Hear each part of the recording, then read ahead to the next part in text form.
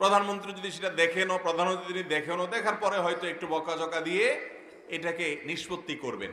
কিন্তু যদি আপনি প্রধানমন্ত্রীকে দাওয়াত দিয়ে আনার পর স্টেজে তার জন্য একটা ফুলের মালা রাখেন, একটা বড় চেয়ার, সুন্দর একটা চেয়ার রাখেন, তাকে ওই চেয়ারে বসালেন, ফুলের মালা দিলেন, আপনি এর পাশাপাশি আরেকটা চেয়ার রাখলেন একই রকমের, আরেকটা ফুলের মালা রাখলেন একই রকমের, ওই এলাকাতে যিনি চৌকিদারি করেন এরকম একজন মানুষকে ডেকে এনে ওই চৌকিদার ভাইকে, ওই চৌকিদার সাহেবকে একই চেয়ারে বসালেন, একই রকম মালা দিলেন, একই রকম সম্মান দিলেন, সম্বর্ধনা দিলেন। কি বলেন? প্রধানমন্ত্রী খুশি হবে না বেজার হবে? কিরকম বেজার হবে?